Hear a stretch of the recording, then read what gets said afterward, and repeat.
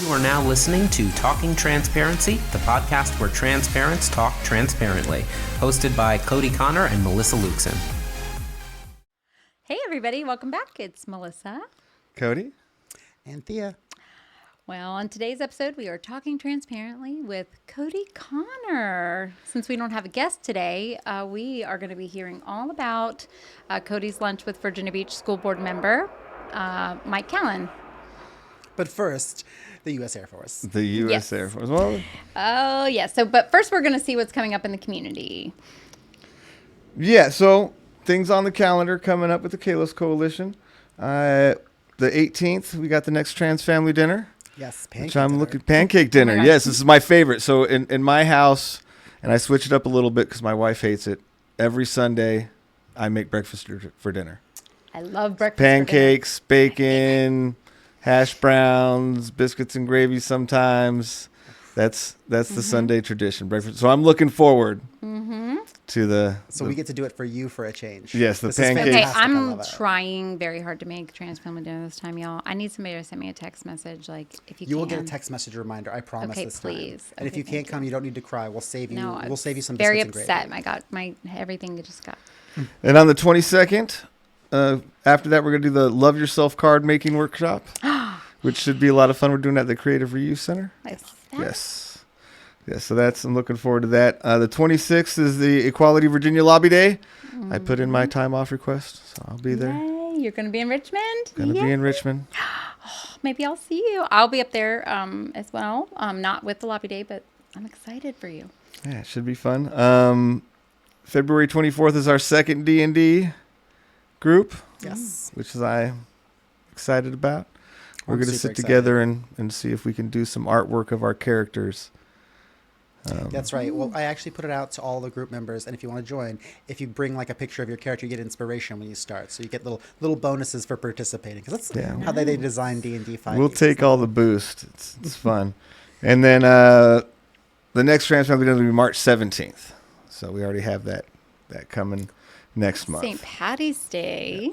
Oh, very nice. And I think I'd also want to mention after that, in next month, we have on, March 26th, we're going to be out at ODU at their Fem Fest. It's a little bit early to bring it up, but if you are listening to this episode, definitely put it on your calendar. Go online, check out all the information. It's just a celebration of all things femme and all things queer, especially uplifting Black trans women and like the history. We're going to have local community speakers. I'm really looking forward to it. It's gonna be great. That's awesome. Okay, good. Very good. And that's at ODU. Yes. You said it'll be at ODU. Okay, very, very good. Okay, well. Fun stuff. A lot going on. Well, thank you, Cody. So, I am very excited to hear about you're in District 8. So Mike Callan is a Virginia Beach School Board member that was elected in November of 2022, the saddest day for me when we lost control of our school board to MAGA moms and dads. And so we have, unfortunately, my district, District 6 in Virginia Beach. MAGA grandmas and grandpas. And yeah, MAGA grandmas and grandpas. I, lovingly refer to school board member Callan as Skeletor. He's like 70-something years old. He's a nice white man, and I would love to hear about did you have coffee or So we did. We had coffee. You had coffee, okay. We went All to right. the cold pressed. Went to the cold press, supporting local business. And Nice. I ordered a mocha, and he Okay. also ordered a mocha. He's like, that sounds amazing. So I guess he's never had a mocha, maybe. Oh, So good new experience for him. Nice. His mochas are great. It's a little spicy for you, you know. Sometimes you got to keep it strictly vanilla. Sorry, continue. I love my mochas. I get it, especially as he's me paying. too. So yeah. I got the large mocha. Oh, he was paying? Oh, yeah. Oh, yeah. Nice. It's like, it's on me. I'm like, give me the large mocha. He wrote that off as a campaign expense. Anyways. Possibly, yeah. It's quite possible. But no, he is a very nice man. I believe that. Yeah, he is a very nice man. He's a very pleasant man, and he was not overly actually pushy Great. with his beliefs. Okay. It was really interesting because he didn't really want to talk about issues, although I did bring them up. He didn't really want to try and convince me I mean, fair. of anything. Because you're certainly not convincing him of anything like He wanted to get to know me, I guess. He really, what he seemed really focused on, what he asked me a lot is basically like, how did I become me? How did, so I was abused, quite extensively.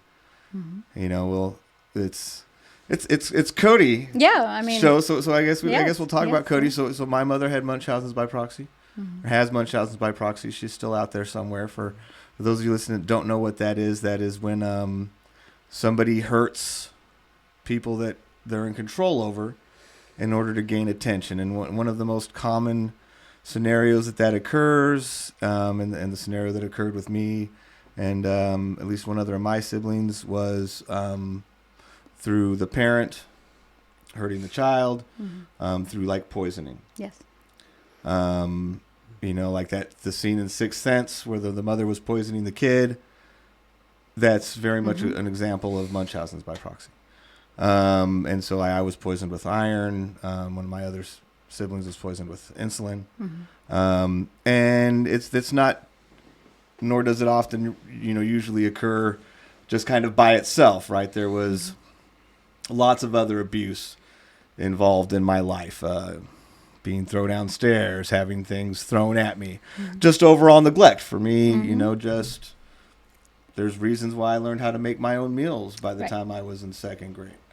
And so for him, the very interesting, thing that he seemed to be so focused on was how did I become me from that? They're always focused on that. Oh, you turned out this way because of your trauma, almost like as a negative. But and that was his big thing, was like, what things did you do? Because and I think part of it is because they do have this expectation that people that go through these things become bad people. That's right. And that those people need God, basically, right? Well, where was God when we were being become abused? Good people. And a big part of that, and it's funny because this was part of it, is he asked me, there's this new show out, The Chosen.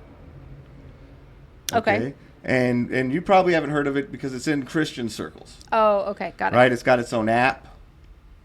Oh. Right? And they've gone through a lot of trouble to make it's really well made. Okay. There's a lot of creative licenses taken in it.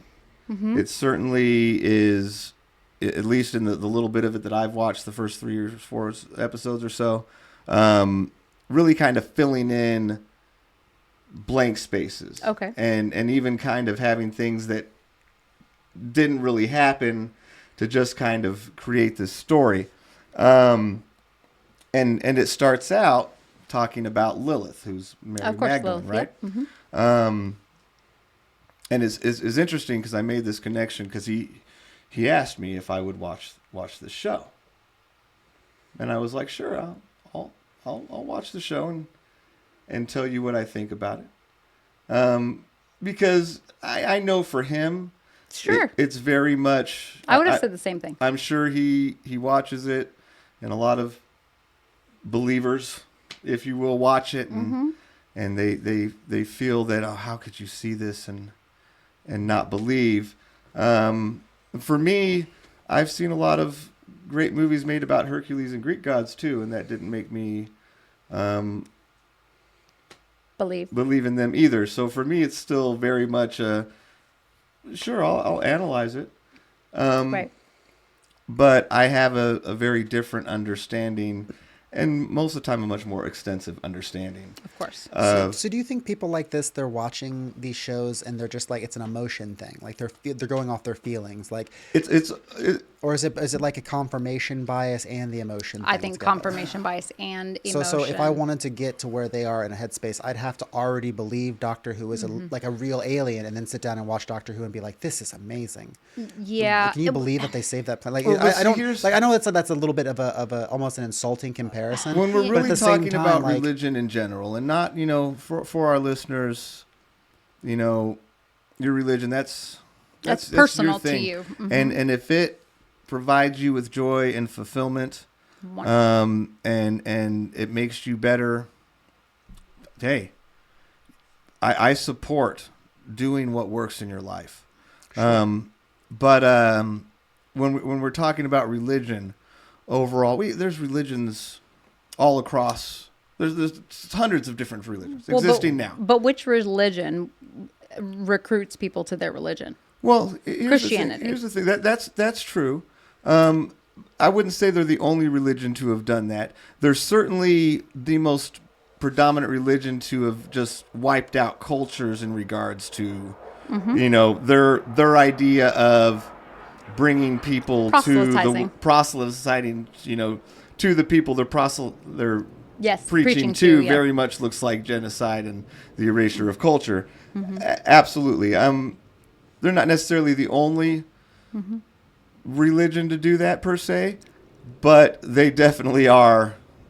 But in regards to the idea of it being true, right? That it is just a feeling.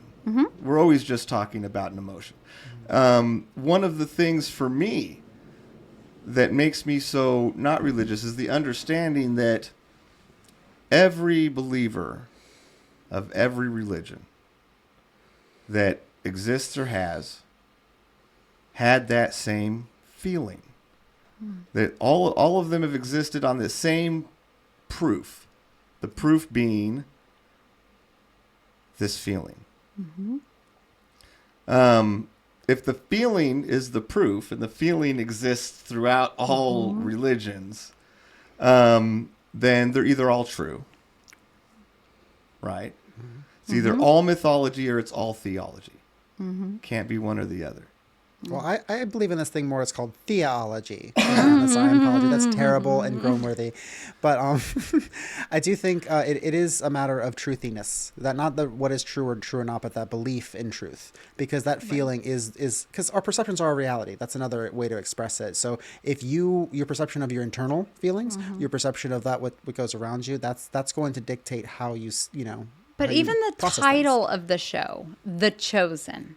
Oh yeah. Even the very title is entitlement. I mean, you're right. It's a little right on the nose. It's like right. We how are are the you chosen. like how are you? They cannot see that. No. Yeah. Yeah. So okay, so absolutely you not. weren't watching the show before No. he. Okay. No. So you're. But yes. I have watched a few episodes of the show. All right. And it's very interesting for me because, like, when they're talking about Lilith and Mary Magdalene, right? She was possessed. Of right? course, yeah. Well, what she really was traumatized. All right.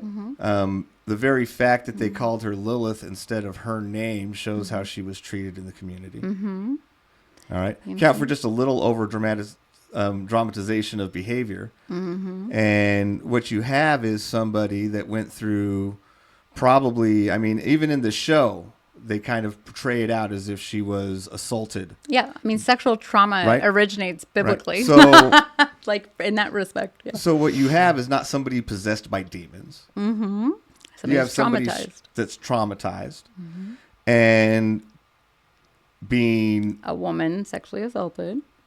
Yep, and like I said, referred to as Lilith specifically because of how the community views her. They won't even use her real name. She's this.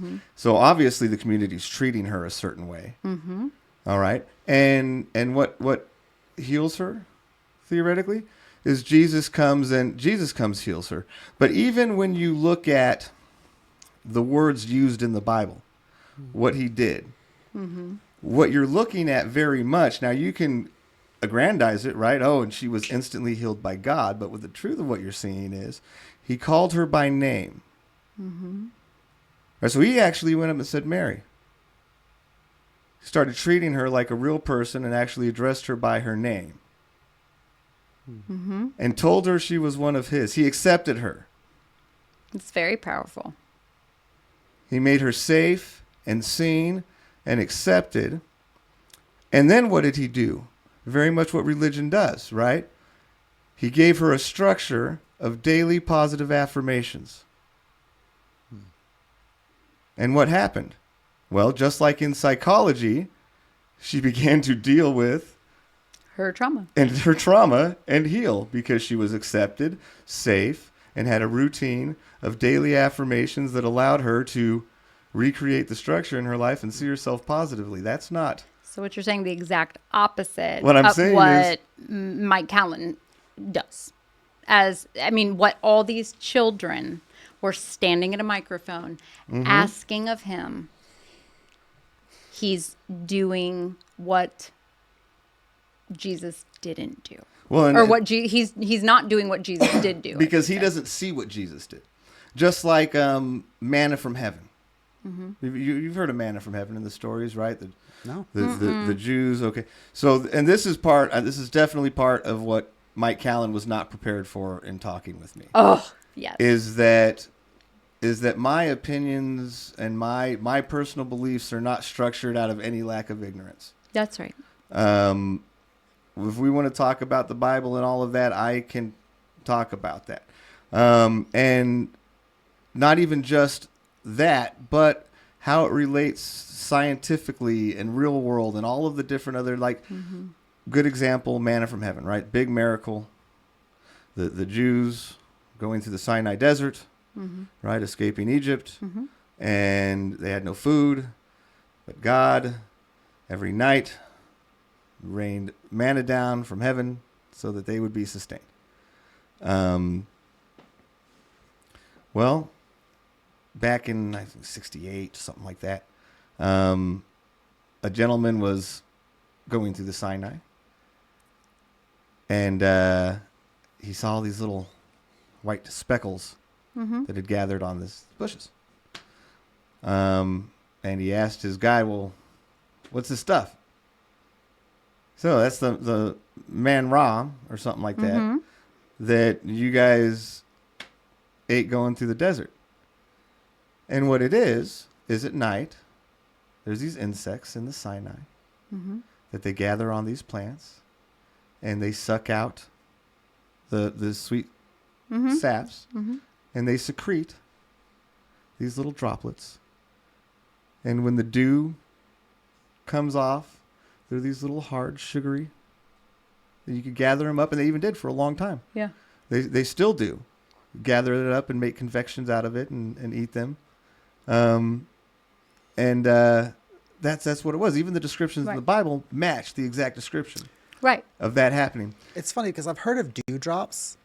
I feel like, especially the connotation that they are especially sweet. Honeydew. Or honeydew, but even then, like dewdrops, specifically like on things in the morning. And I have to wonder, especially because of how influenced Western culture is from those historical roots in the way that language and things are different. I have to wonder if there's not some sort of tie to this idea that, like, the honeydew, honey drops, and all. Also, what does that have to do with honeydew specifically? Just to be clear, is that like a sweet Dew? It's sweet right? dew, yeah. Because it looks like dew in the morning, and so it's a sweet dew. Right. But so there was there was science behind, but we didn't understand that because yes, and science so, literally means I do not know. Yeah, we attached and we it to want God. to know. That's right. Attached it They to needed God. to have an explanation because lack of science. And so I'm interested, because like I said, the reason why I'm watching it is because I know what I'm going to see. I'm interested in their take. I know that they've taken a lot of creative freedoms with the show. Sure.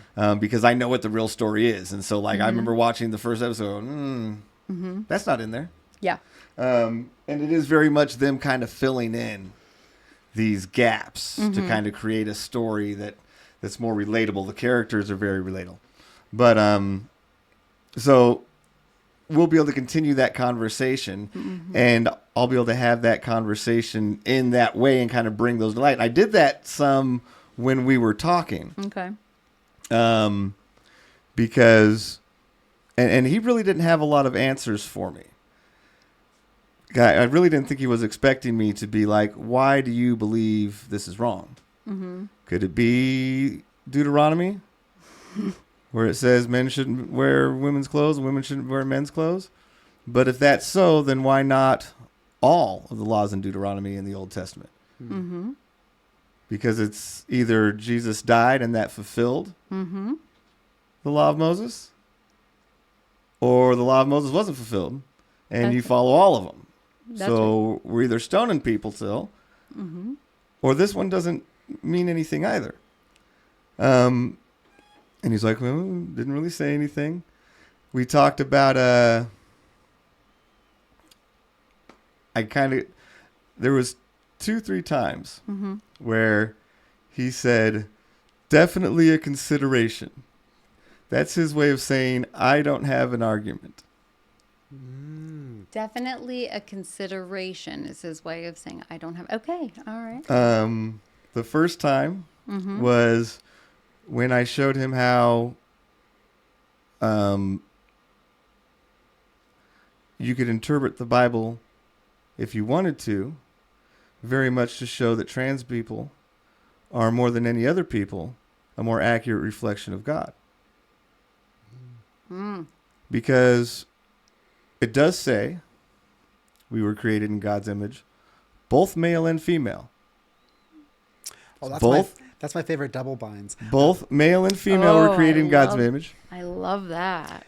They will, and he even agreed with me. Would you say that God is beyond gender? I have a pin that says beyond gender. And he was like, well, yeah. And it's like, so then you would also probably agree with me that in Jesus' Sermon on the Mount, book of Matthew, it's commanded that we be like God, be ye therefore perfect, as your Father in heaven. So if God's beyond gender, and we're commanded to be like God, and if in the book of Ephesians, it says that we will be transformed. Oh, wow. So WWJD then could we not is transition. The determination that if anything, trans people are closer to the image of God. Wow. And if not, then I guess you'd have to say that, God is somehow lacking the divine feminine or the divine masculine. And that's the thing is while God is predominantly referred to he, him, he's also referred to in the sense of a mother. Mm-hmm. And so there's also those references throughout the Bible. And so taking that one step farther, you can actually make the connection to even saying that if you did go to heaven and be transformed, you would become ultimately transgender. That's actually the goal that you're going for.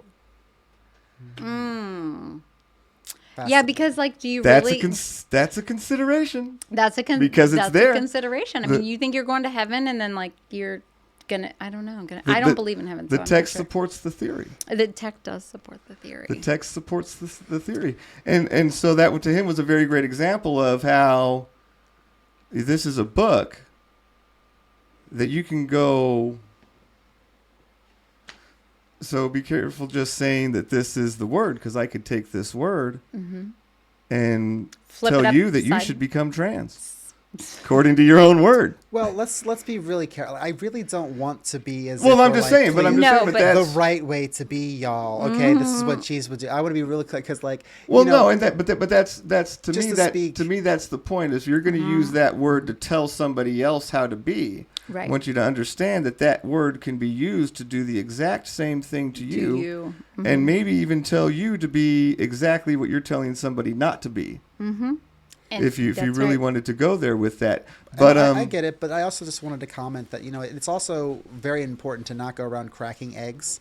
And so you don't want to go around questioning other people's genders for them. I always encourage people who may say it's never a bad thing, or put forth the framework that if you want to question your gender, worst case scenario, you come out with affirmation. But as we're sitting here talking about this, I just want to make sure that people are like, oh, these people are trans supremacists. Oh, they are out there to just put the E in the water. So I can just see it. So I just want to make sure that we head off the crazy, because the crazy comes anyways. But I mean, yeah. But we, I did. I took the time to say, look, if you want to look at it like this, because Bible, it's interpretation, right? And you are showing him a different way to interpret that is outside of the box, but still follows, right? But still follows the word, logic. Right? In the line of logic, absolutely. And I think that this also gets into like what goes beyond that. Okay, if it's not about man or woman, it's not about gender or sex, all that sort of stuff. What does it really talk about godliness? And I think this comes back to, and I hate to always bring it back to the spirit of Kalos, but a lot of times when I talk about being beautiful and what it means beyond that like objective measure, that societal or measure, or even gendered constructs, it really is being yourself and walking in your light and your purpose and that shining that happens. And when I communicate that to a lot of religious folks or people from religious backgrounds, they immediately identify with this, regardless if they're cis or trans, because they hear that and they experience it as the light of God. They experience it as beauty in the eyes of a child. These same things that are very human experiences. But I think that if we do focus on this and have the religious roots, we could even come to say, isn't it our job to spread the light of God? Isn't there supposed to be that mustard seed that we plant in the hearts? Isn't everyone welcome in the kingdom of God? If that's the case, shouldn't we be turning that light on for more people, not trying to snuff it out or control it? And that's where I think we go forward as a society. But, and if we can agree, if they want to say God is love, which is that's what they'll say. Sure. All right. Then and this is part of what I told Mr. Callan, because like I said, he was very interested in, well, how did I grow up and not abuse my kids and not be all of these things that happened to me. Same reason that I grew up and didn't, as an abused child, and didn't abuse my children because I made an... I told him, I said, it's a couple things. First of all, for me, I made a deal to be honest with myself and do the work. No excuses and no dishonesty, at least not with myself. That's right. And that's the accountability part of it. And I made another agreement with myself that I will always be trying to keep my goal in mind. And that's love. No matter what I'm doing, no matter what situation I'm in, I am always going to keep the goal of accountability and love in mind. I'm going to be honest with myself. I'm going to not give myself an excuse to be somebody that I don't agree with being.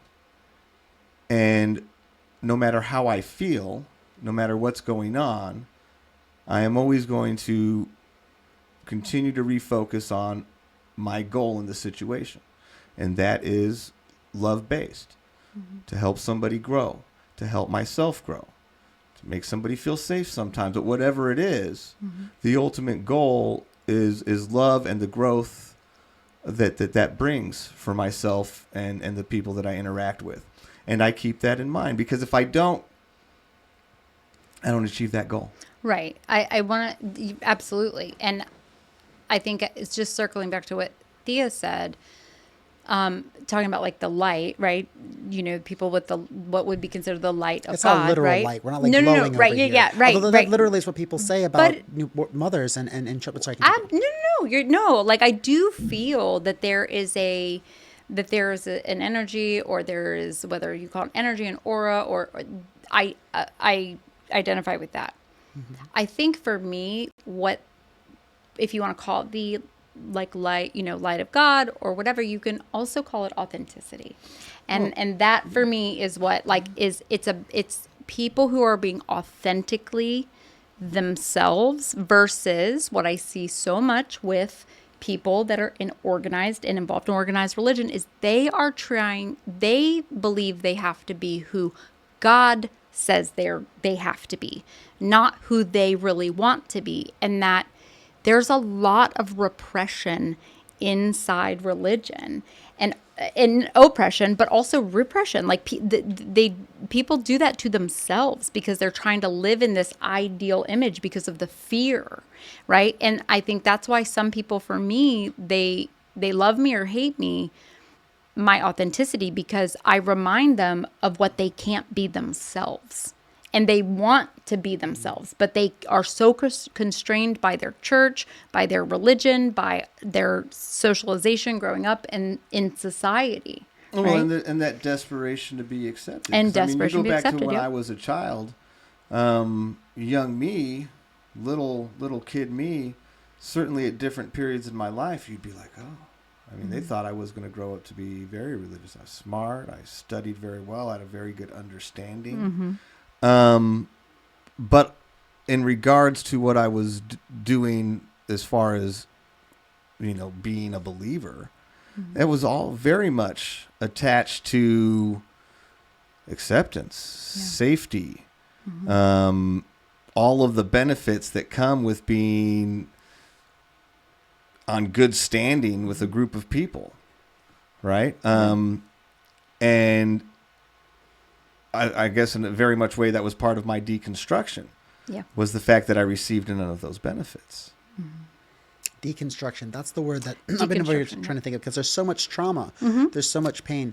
I mean, you get lost in different places of the internet. I feel like TikTok especially lets people tell their stories. And I listen to folks, on YouTube or TikTok, listen to them telling these stories about what happened in churches and the ways in which it's not always the trauma that this person did this person said this. And you hear a lot of times in the trans community as well, because there are definitely folks who have had that experience. That is, this is religious, physical trauma. This is religious, vocal trauma, these are things. But then it's also those walls, those things that are forced to build around our heart, that we grow to the shape of that heart, and the pain that happens. I mean, the way I related it when I transitioned was that there was barbed wire around my heart, and it wasn't until I was able to cut that off, and then it still took time because of that pain of having to grow around these constraints. So I think, and I hear this, and I can relate in all sorts of different ways, because I've not been very religious my entire life. I could say, an agnostic, atheistic, self-expressionist. That's what I always call myself. And I think that if we really want to move past these little differences and ideas and such, we have to get back to the things that we share. And I can see their pain. I can see people who, and a lot of times those pains are things we chose. And this other thing, I've had people say, well, why didn't you transition younger? Why didn't you go ahead and get this surgery? Why didn't you go ahead and do this? I'm like, well, do you understand sometimes that there's more inside me, and I have more complexity than just this or that? And the same thing is true for every single religious person out there, whether they have, deconstructed, or whether they're still very faithful, or whether they're somewhere in between in finding their own faith, separate from an institution or church. And this is what we also have to do with gender sometimes, by the way, y'all, if you're listening. Trauma brings people to the church. That's the one. It brings them in. Well, and that was part of my discussion, that I brought up to Mr. Callan, is understanding that the way I see things, the information that I have, the way I got to my viewpoints and actions and all of that, are based on my experiences. Not everybody has them. That's right. That's part of why I'm always willing to meet with anybody, is based on that understanding, and understanding that if I'm not willing to share my experiences, then I can't have the expectation of them understanding. That's right. Absolutely. And so, and for me, that was in a lot of ways, I think that was a big part of what triggered my deconstruction, right? Is because I couldn't, as I was going out into the adult world, I could not say I'm somebody worthy of love, right? I had nothing to attach that to, right? I couldn't say my mom loved me. I could only say that she treated me poorly. I couldn't say that anybody stopped that. I had no real evidence that I was loved. And when you're not able to figure out that based on some real, experience and information, where I stand as an adult and what I've gone through to a kid, the only reason that these people wouldn't love you is because there's something wrong with you. You're just not worthy of that. Familiar. And so for me, a big part of how I didn't become who Mr. Callan would have expected me to become, a big part of what saved my life, what needed to happen to save my life, was that I needed to love myself. Yeah. Right.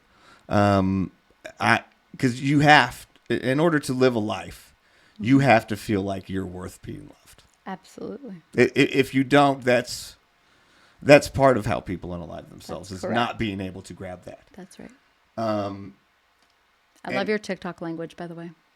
Oh, and I don't know necessarily if I grabbed that fully consciously or subconsciously, but I do know that somewhere inside me at some point in my younger life, I knew that if I couldn't find that, I wouldn't make it. You wouldn't make it. I'm so glad you made it, my friend.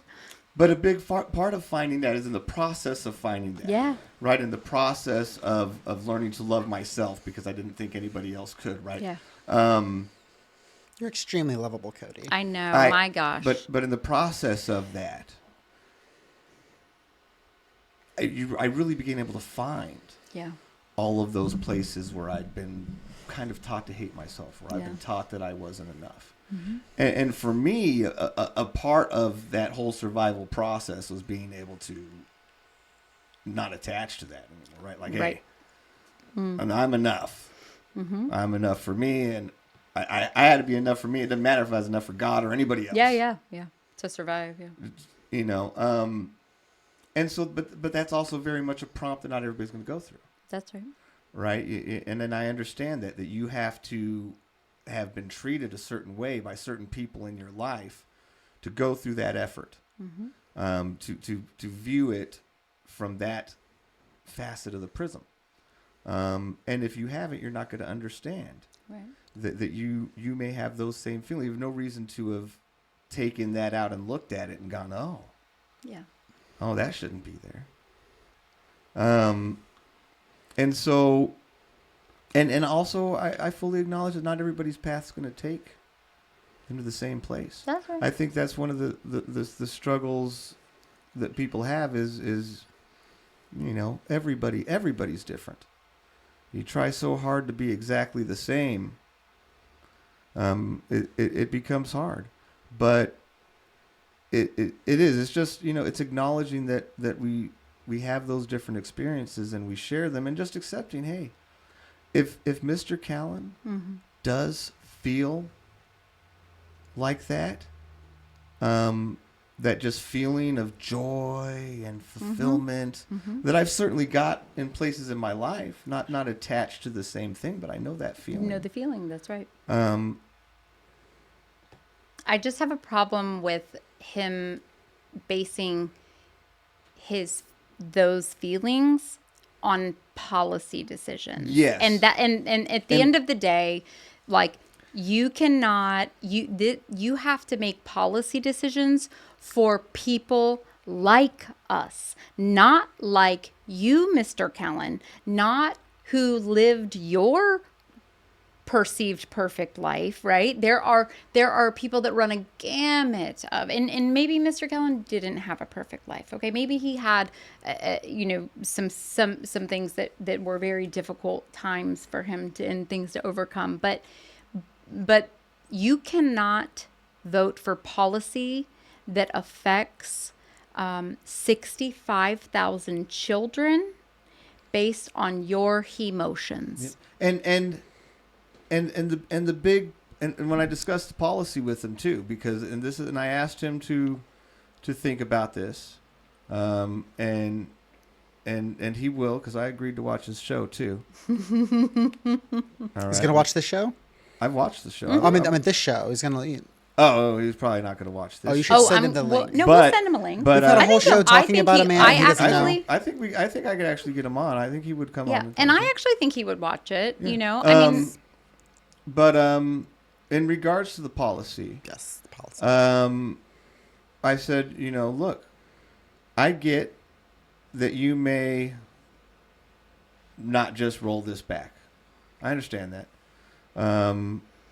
Doesn't mean I won't stop showing up. He knows. If there's anything they know is that I am a person of will and determination, and they're going to see me next school board meeting. But we can acknowledge that despite the overall feeling that you think parents should be involved in children's lives, we can acknowledge that the way you've implemented this involvement puts a fairly high percentage of the children it's going to impact at risk. And so while I understand that this is what you feel is right, what I need to see at the very least is somewhere in the policies something that acknowledges that risk that you're putting these children in and does something to mitigate it and properly manage it. If you're going to insist that we facilitate this danger, then I want to see where we've accounted for it. You want to, because he was like, we got 2 paths and we can only take 1 or 2. I said, good, that's fine. You've chosen this one, but we know there's traps down the road. Let's not ignore that. We know it's there. Yeah. If we have to go down this path, then let's do so in a way that acknowledges that we know there's traps and dangers down it. Mm-hmm. And then I also let him know, too, that I want the policies to, not going to roll them back. What's wrong with putting something in there that acknowledges that a 5-year-old and a 15-year-old are not the same? Right. They do not have the same autonomy. That's right. They're not living in the same world. They're not going through the same things. Mm-hmm. There already exists precedents for this in the law. Mm-hmm. Yeah. You don't have to overthink it. And so, to me, that was the compromise that I put on the table for him. If I get it, you're probably not going to just go reversal, but we can agree that there's these threats. We can agree that a 5-year-old and a 15-year-old aren't the same. And so I would love to see that thing we can agree on show up in policy. And Right. I'm really happy to see this because this is how policy progress is made. And I That's understand true. that, but I cannot sit here and also not have my heart ache for those trans folks, those kids who are 6, who are 11, who are very adamant about who they are and persistently have been. You can be 11 years old and been persistent that you're the wrong gender for a long time, Yeah. for years and years, and then have that completely disallowed even on the social level, or especially because of your parents. To me, this is a lesson that you're teaching a young child, a young vulnerable child, that is hard to I mean, it's a lesson that I don't think is helpful or constructive in a lot of ways.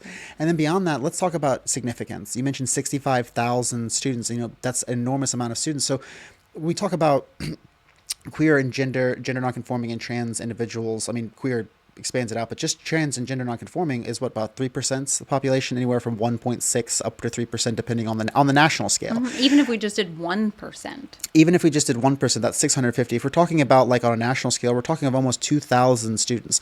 Now, I'm not a policy expert, but I do know the statistics on suicide, suicidality, harm, depression, all these sorts of things, and I can do math. And I really am curious whether the school board can, because I don't want to necessarily say, hey, look at all these examples, but why would we even risk that? And especially when this school board had examples of trans children in the school having attempted to take their life during this entire long drawn out process. We actually had somebody It's take their not life. something I ever bring up at the school board meetings, No. just because It's sensitive and it's out of respect to the family and all of them. I don't was over want the to summer, highlight their last year. pain. Oh, And so I last don't year, ever I bring had it no up in any idea. of my speeches. But yes, it actually happened. See, I had only heard in the speeches that there was an attempt. So, and I had heard that there were multiple different contexts where it happens, and it is.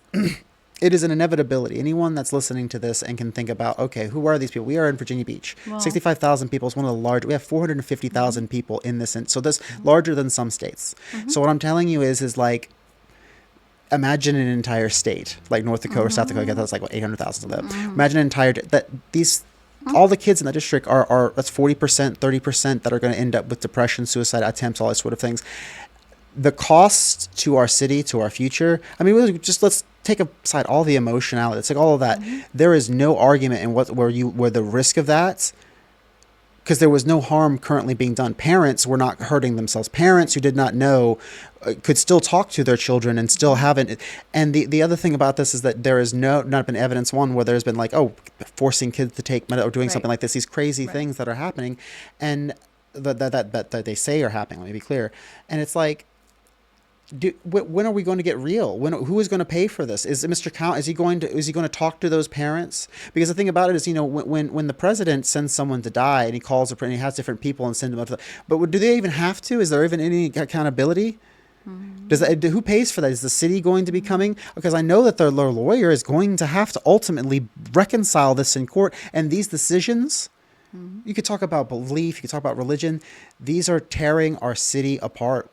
Families, communities. I grew up here and I love this city. I volunteered at the schools. I'm afraid to go there because they're making it a hostile place for volunteers. I couldn't imagine being a student and being forced by law, under penalty of law, to have to be there. That is... I'm sorry. I know we don't want to go off on it, but I didn't realize it is one of the things that during my conversation with Mr. Callan I explained to him was You know, even if you look at this one policy and all of that, what you have to understand too is that what we are looking at in our country right now is this one policy leads That's right. all the way to policies that are happening in Florida and policies that are happening in Utah that are literally trying to erase the legal acknowledgement, the legal existence of trans people, basically just trying to completely erase them from society. And so you have to understand, and I said this before, you have to understand that when we look at this, we see the path to here. That's right. And so when you support this, we wonder... Because you are definitely going to support that down there.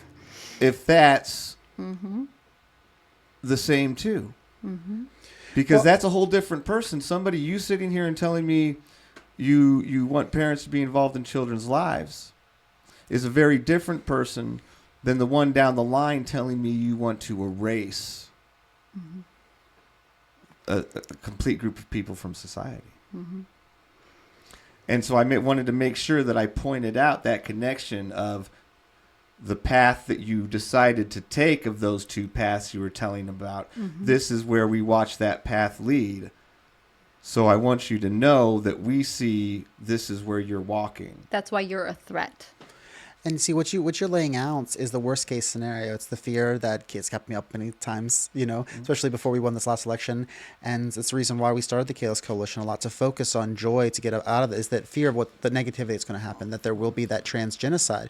But at a minimum, we are talking about dozens, if not over 100 students, especially given over time in the city, that will have psychological distress, that will lose their lives, will lose essential parts of who they are, our community. So there is that's the floor, that's the minimum. And the maximum is you are abetting genocide, and you are helping stage the ground for burning books and doing things that historically started with transgender people in Weimar, Germany. So these things have historical roots. You can talk about religion, you can talk about all these different things. But I think Jesus, what would Jesus do? He would transition.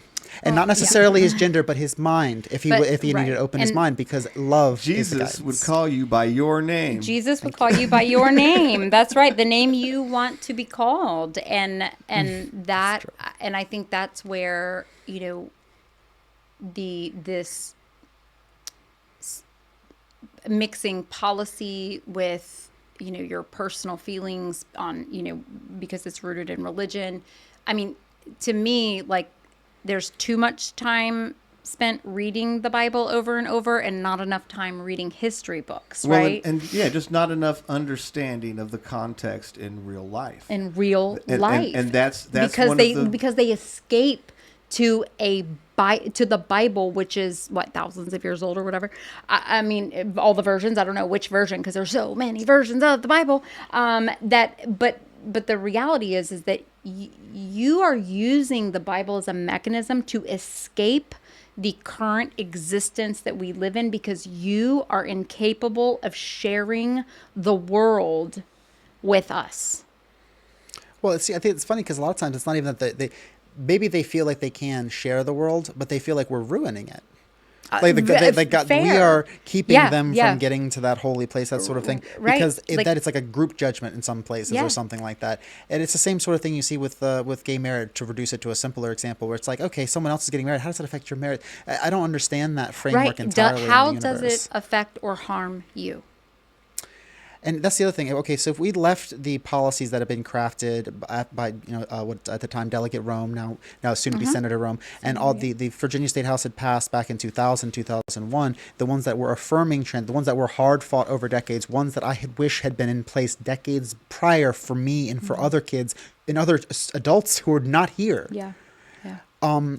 if we left those in place, there was no risk of additional harm. All of the harms that were talked about were manufactured. When you look at the actual statistics of regret, when you actually look at those things, especially here, just right here, our city, if they actually cared to talk about that, there would not be any sort of discussion about this. But they don't show up to because they're not in the trans community, they're not in the queer community. They sit in their churches, and then they come down to the school board to denounce us. But imagine people to come speak and share their story. Like okay, that's true. Let's be true. They pay people. You know, they have. I listened today, I was speaking earlier at the General Assembly, the grandmother for Sage, who is another political, operative or political storyteller. How you should pay enough attention to your child to... Right. And that story is that was read on the House floor this afternoon. And first of all, Sage was not there. This was being read by a politician. And the real story here is about human trafficking, but they have politicized this story about detransitioning to score political points. Well, and it is, there's all of these hot points of misinformation about laws in general. Right. And they're playing on emotions because this was a very emotional letter he read. Yeah. And because I've had these conversations with people at TikTok, and there's just... people rather than find information, they just accept information, and never for some reason go, could this be wrong? And right. There's so much of that information attached to this issue. The great number of detransitioners is like 100%. Amongst detransitioners. Most detransitioners support transgender care, healthcare, support the transgender community because they consistently need, guess what? When they're detransitioning, gender affirming care. They need gender affirming care, exactly. So if you go talk to a lot of detransitioners, you have to look for the ones that are angry. You have to pay them. You have to literally get them out there, and they can only get a couple dozen, maybe 100 across the whole country. Exactly. And they don't realize how there's all of these other things that even they wouldn't agree should happen that can. But it's this one. And puberty blockers. Precocious puberty. Precocious puberty. When talking about precocious puberty, they bring up how there is no long-term side effects almost ever when we use these puberty blockers. When it's attached to the precocious puberty conversation, these are harmless, helpful. Yep. That's drugs. right. When it's attached to the gender affirming care for youth conversation, these are going to sterilize you and make your life hell. There we go. Forever. Sterilization. Right. We brought it up. We broached this subject. Reproduction. But at the core of all of this, we can talk about religious, ethical frameworks. But like that, they're say, well, you're going to potentially harm, and reproduction. And this really comes. You don't. Parents, I'm sorry, y'all are parents. We're talking to parents. It's talking transparently. Parents do not have a say whether or not their kids do or do not have kids. That's right. They do not. You shouldn't. That's no matter right. amount of that you're informed, no matter whatever parental rights, you do not have that right. Right. And that is something that I think is really frustrating because amidst all this conversation, it's like, okay, so the worst possible harm. You've got someone who's 17. You've got someone who's 14. Their doctors have signed off. They go until they decide to move forward for whatever reasons for extreme circumstances for hormones, right? Through all of the different standards and whatnot, and they decide to detransition later. It's not the end of the world for that person. But also reproduction. They can still have kids. Like it's called science, and you're reading an ancient book that is not science-based, and the modern world where we have science to do that. Like, some of us misandrists, we joke that we don't need men in the world, for reproduction because we have science. But I mean, it's not true. We still need men. I don't mean to, but really, like, science. So this is just something people do not want to accept because it makes them uncomfortable. Yes. Because of how they've been conditioned and programmed, and they are unwilling to deconstruct. Yeah, it is because the arguments are, that was one. What was But even if somehow you use the state to intercede and stop all that, and all these people had babies, that as a policy would still not have a nearly as great an impact on increasing birth rates and strengthening families as if we made healthcare for every reproductive you. person in this country, free at point of access. If we made it so it didn't cost $20, $30, $40, $50, $60,000 to have a baby, to the point that we have young folks who are giving birth in their living rooms and dying. Well, and if we were focused Let's care about more that. on just quality of life for people that are born and live in our country, and less on pure gross domestic product growth. Yep. And because we're labor, because the reproduction is directly tied to labor. You know, but that's part of that, is because it's not really a focus on how do we make life the best for the people living in our country. It's a focus on how do we're a social security number attached to a dollar sign. But they say it in the word labor, right? When it's time for the human to come out of the vagina or the labor. uterus, it's labor. They used a word to basically tell us that we are producing workers for the world. And the worst thing that happens, and this is not unique to transness, this is not necessarily unique to the LGBTQ plus community, but it's especially a big problem, is the way that we are marked as unproductive bodies. Because there's seen as like an active choice, a lifestyle choice, when it is who we are. Okay, I'm doing bunny quotes if you can't tell through the audio quotes, because I've got video. Just make sure that people listening at home know I'm being very sarcastic, because I think that I lost my train of thought. Goodness gracious, this is just makes me so angry. Well, you're thought of as unproductive bodies, which theoretically makes you disposable. Makes it disposable, but it also Yeah. it made me reflect on how you earlier were talking about Callan looking at you and saying, well, you had these things, so how could you therefore how did you become who you are? How did you still become worth something? And I think that unproductive judgment bodies, of that's being so Nazi. damaged, being unproductive, being evil, being immoral, it is itself a very toxic mind, and that leads to the extermination of people. Nazi Germany. If not literally That's in why our everyday lives, the exclusion of disabled- those people before we get to that point. Like the social harm and the discohesion that costs us jobs, businesses, destroys families, and makes public spaces harder to navigate, and all the different things that are causing the strife. Because it's not just schools people are afraid to go to. No. Movie theaters, trying to go to public parks. A mall, a concert. Exactly. So if we want to heal that in this country, we cannot do that by going in our neighbors and saying, hey, you know, what makes you lacking?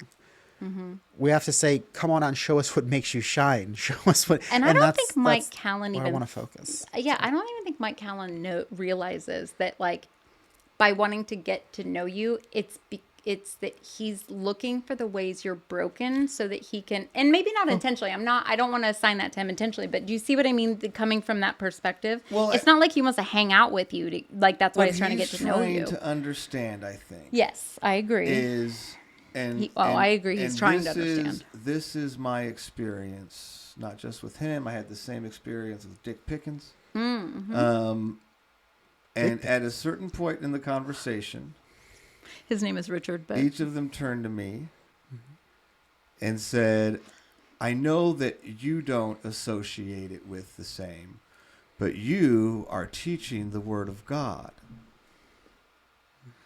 because of my message of always everything I do is out of love. Everything I do for somebody is in the spirit of helping them grow and hopefully helping them and us both benefiting in personal development and growth from our interaction. And that I forgive people because of who I am. I make my actions because of who I am, not because of who somebody else is. That I'm always willing to allow somebody to grow and change, and always willing to share information and my experiences through a spirit of love and hopefully learning and growing together. But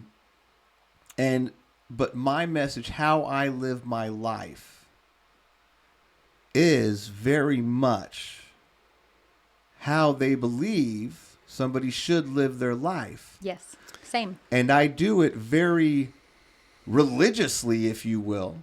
I am very conscious and vigilant about how I live my life. I what they would say is, to keep the prayer in your heart, always keep the Spirit of the Lord with you or whatever. For me, I always keep myself and make conscious efforts to keep myself in that spirit of loving everybody I interact with, and trying to make my actions reflect that, and try and make my actions produce more of that through my interactions. And I do that truly in my life. Not I believe in doing that. I do that in my life. And I do that without God. And I came to the decision to do that and became the person that does that without God. And that is very much a mystery and almost Yes, agreed. anathema to them because Great word. because in order to be me, God should be required. That's what they've been taught. Yeah. Interesting. You know, it also it Yeah. doesn't surprise me that they read Makes God into you, because it's a one-way valve with the religious folks. Agreed. If you were a terror, they wouldn't say, "Oh, you're not an example of God." All that sort of stuff. It's the same sort of thing where, like, you know, Yeah.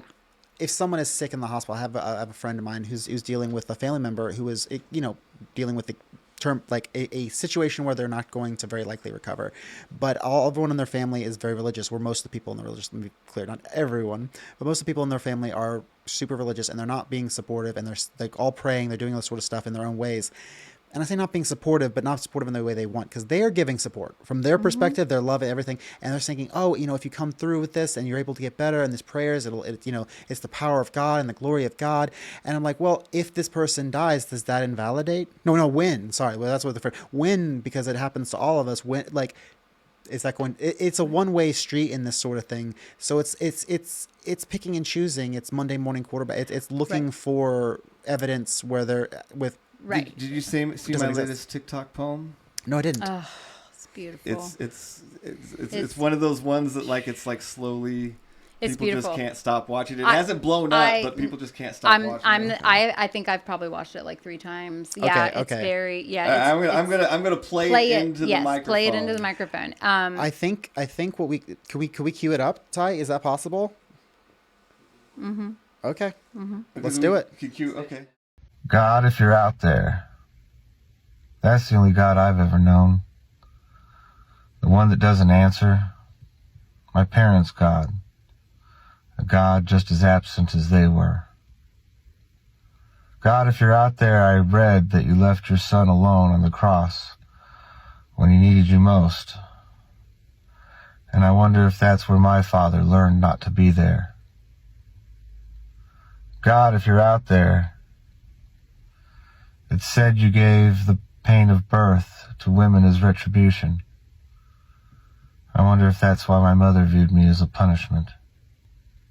God, if you're out there, it's said we're made in your image. So many of us are petty and cruel, and I wonder what that says about you. God, if you're out there, then where? You want the praise and glory of my survival, but it was you that left me to die. God, if you're out there, where? It said I should fear you, but it's you that hides from me. God, if you're out there, that's the only God I've ever known. The one that doesn't answer. That's very powerful. I've watched it like I said several times, and Wow. It's because I mean you're basically calling God out there, Cody. That's well, pretty big. You know, and here's the thing. I could, you know, I could pop off with all the things that any, you know, like a Mr. Callan could, you know, spout off about God is inside you, and, you know, God does show you in all these ways. I mean, there's just so many responses that they have to those things. Oh, yeah, and I've gotten all of them. And you've gotten all of them, If you just talk to God. Like we hadn't tried that. Yeah, right. This time, next time I do it, God will just be like, "Oh, sorry, I was in the middle of something, but what's up?" Right. Right. It'll just be the thing. Right. Or the did you read the Bible? All of these things. Mm-hmm. Or you'll get the answers that you're looking for. Mm-hmm. But I'm not looking for answers. Hold on, pause. You'll get the answers Right there. Right there. Confirmation bias. You will get the answers you are looking for. You will find what you're looking in the place that you last look for it. It'll always be the Like last that's place such you wisdom. It'll always Like be the last congrats. place you check. Well, and that's the thing is, that poem, first of all, like absolutely, in our society, with the way I was raised and all of that, yes, God not being there was a source of trauma. Yes. But that poem for me was not me looking for God. To me, because there's a lot of people, oh, you'll find these answers you're looking for. No, I have my answers. I have my answers. I live a very happy, fulfilled life despite the many challenges that exist in just living life. Period. So you weren't literally going out. And I'm God. grateful for all those experiences For because me- they've taught me something. Every negative and positive experiences teaches me something. But for me, it was on more a commentary on how, at least for me, God was not one of those answers. That's right. God is not one of those answers. At least for you. At me. least for me, And Thea.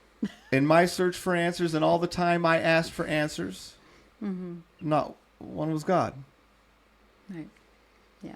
And I think that's part of it too. Is when you have a religion, right? It's very easy to go, well, that's God's will, right? And that's whenever something becomes too much, whenever you can't or don't Face adversity. want to do something about it, then it's just God's will. It's God's will. But when it's time to hold God accountable, hey, God, why did you let this happen? Why was this your will? Then it is, oh, well, that's man's free will. That's the evil of man. Or you'll find out when you get to heaven. Not God. Right. And so at the end of the day, it's either God's will that this terrible stuff happens, which is terrible, or God didn't make things the way they are. We did. And God's not going to change and make them better. We will have to. And for me, that was very much, I think, actually part of the growth in my life that I had in letting go of that. Is in doing so, I took full accountability for me and the life that I was living. God's not going to take care of this. I'm here right now and needs to get taken care of. If I want it taken care of, I better do something to take care of it. It's kind of like, is it a test? We're supposed to, when we're young, we're told to believe in God. We give all these sorts of things. And it's like, well, once you figure out that no one's coming, it gives you a deeper appreciation. It's kind of like, when they tell you Santa magically brings all these things. And by the way, kids listening at home, this is a great bit bubble for you, but it's like when you find out Santa isn't, but it was actually your parents. It was your parents who worked, who sacrificed, who saved, who went out and who made these Santa things special. still exists, but just didn't bring the presents. Right. It's a different type of feeling, but it's a different type of understanding, and I think that enriches your understanding. And I think that's why a lot of people participate in it. Mostly, not just the feeling, because the feeling's big, but also knowing that expression of love is so powerful, and then that hitting you, because there are certain things that that just change. It's like standing and just all of a sudden seeing the clearing or just seeing the sunrise come up. It's like, okay, I know God's not coming. I know I have to find this solution. It's like that sort of feeling in that way. I know that, it wasn't Santa. Mom had to go out to work this morning. She had to go work 2 jobs. She had to do this. This is what, and that type of stuff enriches, I think, the world and ourselves as people. And I think living in the fantasy actually hurts us sometimes. It takes place more than just in our actions. Because I think people don't realize that your accountability doesn't just play into I'm accountable for what I do and I'm going to do what I need to do. Your accountability plays into things like your healing. Yes. Right? Oh, yeah. Somebody else isn't going to come heal me. Somebody else isn't going to come deal with this trauma. Somebody else isn't going to just make it go away. Right? So if I'm going to heal to be the person that I need to be for my kids, because that's a big motivator for me healing. Was I'm not passing this pain on. That's right. Right? Yeah. I'll keep this. Nobody else gets this. Nobody else gets this. So I'm going to do that. Then I can't just be expecting somebody else to just come magically heal me. Just make you go away because I said, please, please, please. You mean you picked yourself up by the bootstraps? Oh goodness. The emotional bootstraps? Is that What I yes. mean is that I put the work in. You put the, that's right. You put the work in. I put the work in. I put the work in to find why I was having feelings, And to acknowledge that I was having certain feelings, and to go through that. I put the work in to heal myself, and if I thought somebody else was going to do that, I wouldn't. And a lot of people don't. That's right. Because they live under this perception that they will just be healed. God will take your pain away. And for me, that was part of it's very much creates a structure in which people do not have accountability. And because they don't have that accountability, because they don't see that clearly, they don't do the work. And because they don't do the work, they don't heal. Well, and here's the thing. Hurt people hurt people. And so if you are expecting that someone else is going to take your pain away and you don't have to put in that emotional work, you're still hurting, and you are hurting people. And I think that at its core is for me the problem with the church. Because it really is. It is. Well, and that was very much in a lot of ways my answer to Mr. Callan's question. Right? Because you look at this, and that's why you see that no matter how much somebody says, I'm not going to be like the parent that abused me, and then they go on to abuse their kid. Well, they do. Grown up in a belief structure that allows them to not work on the healing, to just think that that they'll just be different, that they won't have that pain will just go away. And when it doesn't, they pass that pain on, because hurt people hurt people. And when they don't take accountability for it, they still don't do that work. They do become who hurt them. That's right. And this really gets into something that speaks to speaks directly to your lived experience and to mine, and to a lot of ours, probably a lot of listeners, which is that, you can only do so much before you have to take care of yourself, because there's a generational trauma that gets passed. And this is something that is hard to talk about, because almost everyone, especially in religious circles, they will tell you, oh, you can never forsake your parents. Isn't that literally a commandment? Yeah. But sometimes the intersection between this within yourself, that responsibility to yourself, and then your parents, because your parents may or may not have healed themselves, and that is still on them. But then also the intersection that you cannot change someone who doesn't want to change. Right. You cannot force someone to change. Their perspective is their reality. If they believe God is going to ameliorate these harms, they're going to make things better, if that makes them good and godly and all sorts of stuff, then that's what they believe, and you can't change that, and that's so painful. Well, but walking away, and to speak specifically to the trauma that trans people have to do when their families, not even on a religious level, but aren't able to make that space, or aren't able to do that work to heal the reflection that happens, the reaction that happens in themselves. I think that's the real killer of communities and families. That's the real thing that leads to desperation, to financial desperation, social isolation. And it's mirrored also, I think, in the way that families break down over time, the way that mothers and fathers, the way that certain sides of families don't talk to other people. And it's got to be very pressing. If there's someone listening, if Mr. Callan's listening, if there's boomers listening, if there's any, sorry, I don't mean to say that's a negative thing, but older folks who are listening, who are wondering, why aren't these younger folks who I care about, who were in my life, out of my life, or stepping out? It really isn't a matter of judging. It isn't a matter of telling you you're wrong, canceling you, putting a big stand. It is a matter of instead saying, self-preservation. Heal yourself. Well, and self-preservation for our part, right? Maybe we can come back. And this is the story that Dex was telling us. When he was talking about how his father came back into his life, and how healing that was for him and for his father after years of not showing up. And the fact that Dex had that grace and found that through religion goes to show me that it is not endemic to religion in of itself, because as we were talking about earlier, there's a framework that religion provides of accountability. Right. And within that love and accountability, there can be magical things can happen. You can heal, you can grow, you can build communities. There's no argument that churches house people, that they put things, that they're wonderful organizations.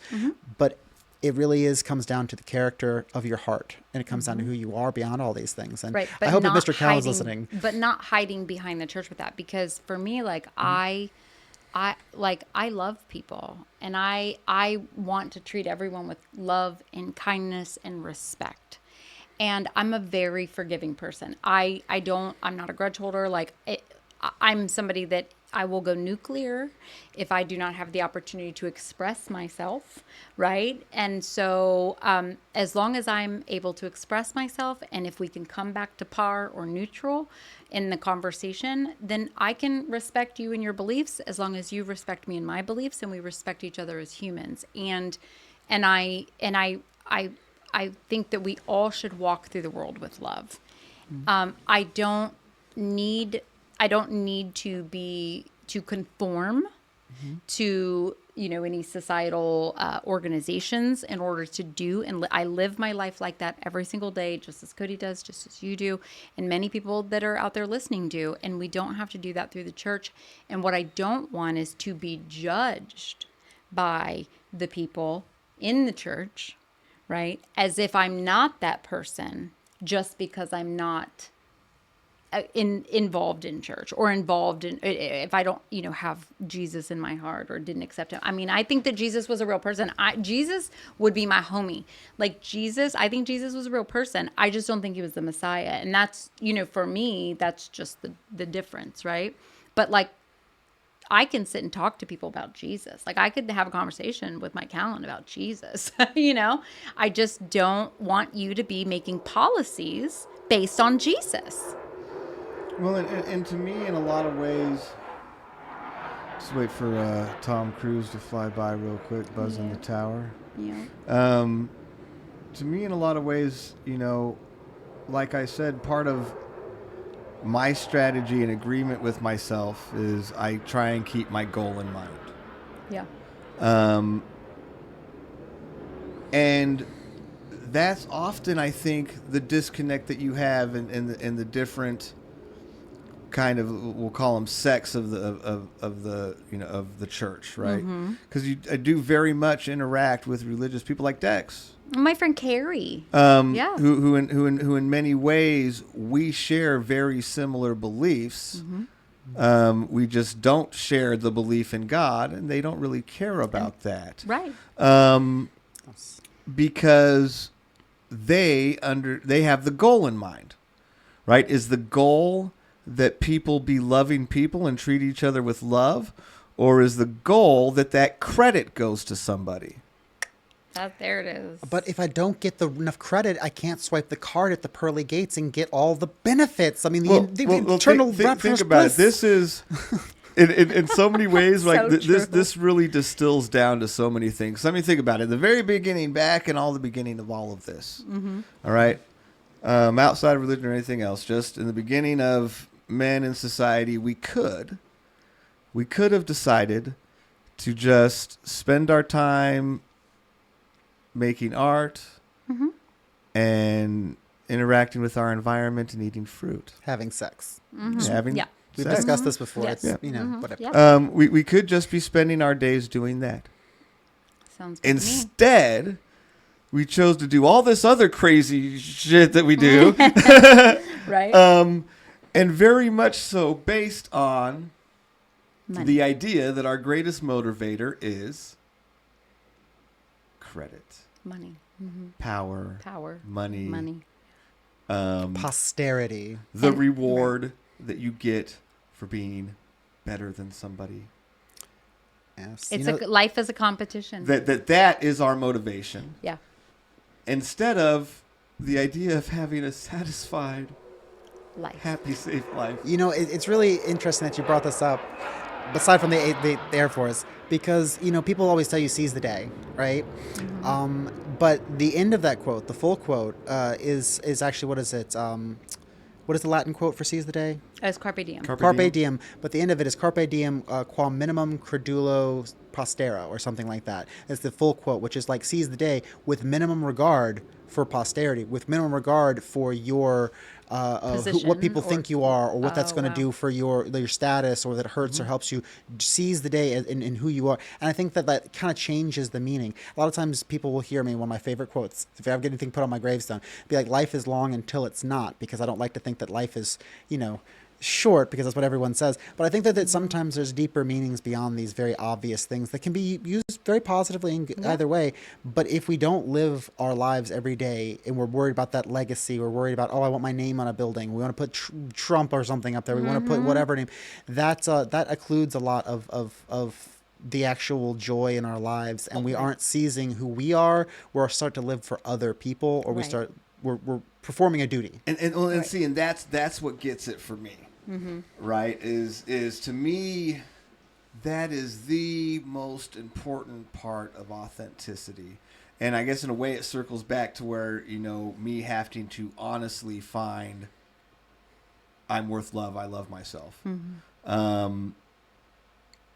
In order to do that, so if I am being me to please you, all right, or I'm my actions, if all of that, any of that, is just about getting positive reactions from the people around me, that it's not me, it's just about getting those positive reactions, then no matter what you say to me, you don't love me. Right. And I know that. Because I know that you don't see me. I know because I've made conscious efforts to make sure I show you who you want to see. Right? And so I'm not really loved. And I know I'm not really loved. Even though there's maybe a lot of people that think they love me, I know that I'm not loved. And that, to me, starts getting down to like, you have to find that, because if you don't be yourself authentically, then you don't know who you are. Right. You stagnate, you die, you shrink. That's been my experience. Yeah. Well, you have no idea who you are. Right. So you're Others not. don't You either. can't make the best decisions for yourself because you don't know who you are. Right. Or worse, what if you do know who you are and you're still just not being authentic? That's got to be even worse to live with, because then you knowingly know. It's not just a subconscious. It's not just a like. Well, you start getting into the nobody dark really knows triad who I am. there. Yeah. Then you're like, I'm Machiavellian. doing this to myself. Right? Like, Or you're trans. yes. Yeah, Well, Because you know who you are, but that's- you're living and in the but you're box or living. queer. and that's exactly it. That's to me, that's why it's so important. That's why I've told my children so much. They can to be themselves. That's why the ability for people to do that, to feel safe, whether it's in their home or in society, to me, that's why that's so important. Is because I understood how being yourself truly, honestly, makes you understand that you really are loved. Yeah.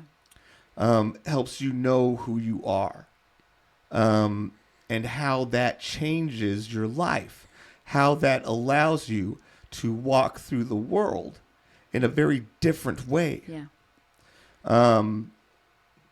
And I want everybody to have that. Yeah. But I especially want to make sure my children learn that, because I want them to walk through this life authentically knowing who they are, authentically knowing that they're loved. People shouldn't have to question that, and we teach people to live their life unauthentically. What we do is we create people that really spend their life questioning whether or not they're loved. Yes. And so to me, that's the importance of all of this, is because for every person that is hiding themselves, that feels unsafe to be who they are authentically, that person's being tortured. Yep. That's torture. I know that's torture. Yes. I know that's torture.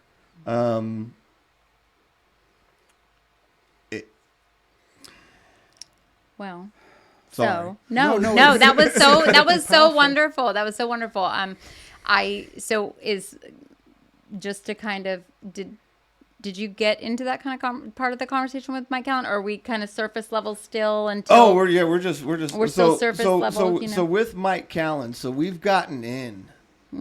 I got into some of that. I got into really talking to him about understanding why people being in an environment that's unaccepting. Yeah. People feeling like they're not being protected, like they're not valued. How that leads to people making poor decisions. Yeah. Because it's very easy to make a decision that harms yourself when you don't think you're worth it, when you don't think you have value. It's very easy to make a poor decision that hurts you, that somebody would be, oh, that's a terrible decision. They live their life terribly. Well, when you've been taught that you don't have any value, it's very easy to make decisions that hurt yourself. That's right. Or if you've been taught that the only way that you get value is through doing God's will or doing X, Y, Z, then the only short-lived happiness, this vicarious happiness that you can have, is by doing those X, Y, Z.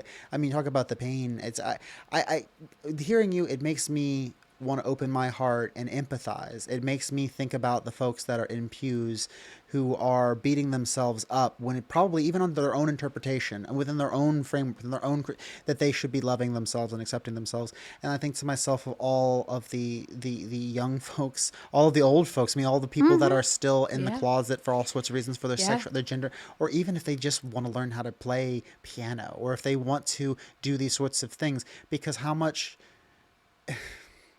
I don't know. We would talk about a beautiful society, a beautiful future. That's what's going to lead us to having those beautiful futures, and absolutely, that's worth crying over, Cody. And you make me. When we talk about parents and we talk about families, it's a big thing to me to start a family, and it's a lot of weight to maintain it, and a lot of effort put into it to grow it, to bring more energy to it.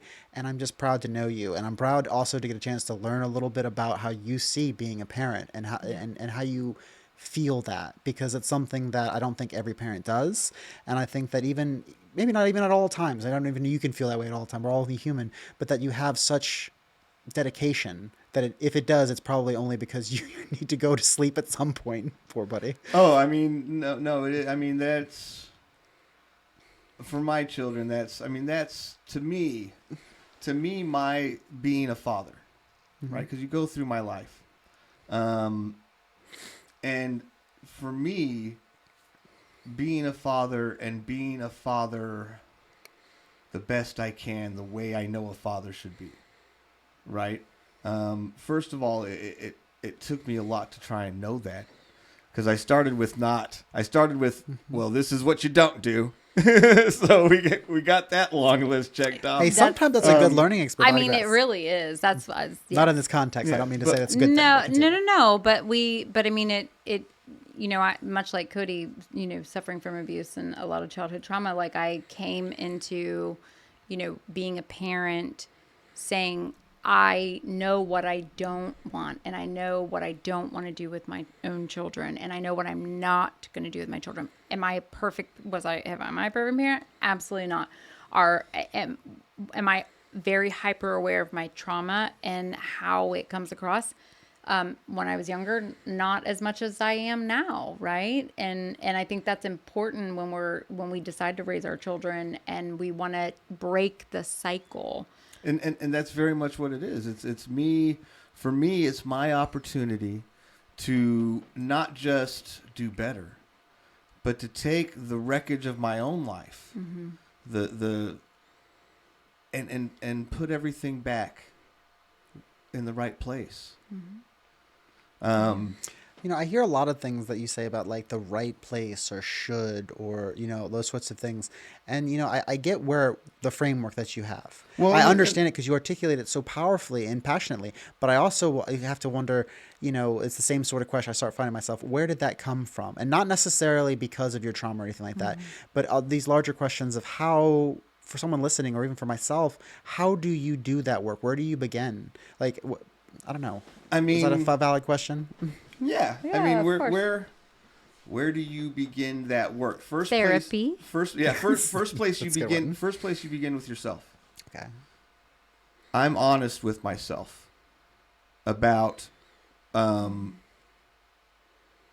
if I'm wrong, if I need to grow, whatever it is, I am honest with myself. Cody, you did this good. Cody, you could have done better at this, and you need to. And I don't give myself an excuse. I'm not going to let it be because it was hard. I'm not going to let it be because it took a long time. I'm not going to let it be because it hurt. No dishonesty, no excuses with myself. My job is to heal myself and not hurt my children. Right. Now, not that I'll be perfect. I'm sure they'll end up in therapy. You know, I'm sure there'll be things that I've done wrong because I'm not a perfect person. I never will be. But I have to heal myself. I have to show them how to do that too, right? Because they're not going to avoid trauma. Right. I was going to say I am of the unpopular opinion that every single person should go to therapy regardless if you think you've had trauma or not. They're not going to avoid trauma either. They're not. I'm going to do everything I can to hopefully not be the cause of trauma, to hopefully give them, you know, as good, as least trauma as I can. But they're going to have trauma too, and they need to know how to heal too. They do. And they only can really do that when they have good examples, too, because Like you can Cody. read a book, you can put it down in scripture, even if you want. But it's ultimately, different when lived. you see somebody in your life actively working on healing themselves always. Yes. Because trauma doesn't end. No. Trauma keeps coming. That's part of it that people miss out on. Oh, all of this bad stuff happened to me when I was a kid. And yes, that was traumatic for me. But traumatic things still continue to happen. And things manifest, but And they still will. In the manifestation of the things from our trauma, we don't even realize the behaviors that we exhibit as we're older. We don't even realize that those are actually a direct result of our trauma, our own behaviors. So, but yes, Cody, this has been an amazing conversation with you, and I'm so glad you filled me in on this conversation with Well, and Mr. I'm going Callan. to keep talking to Callan because Keep I've been talking to him. watching his show.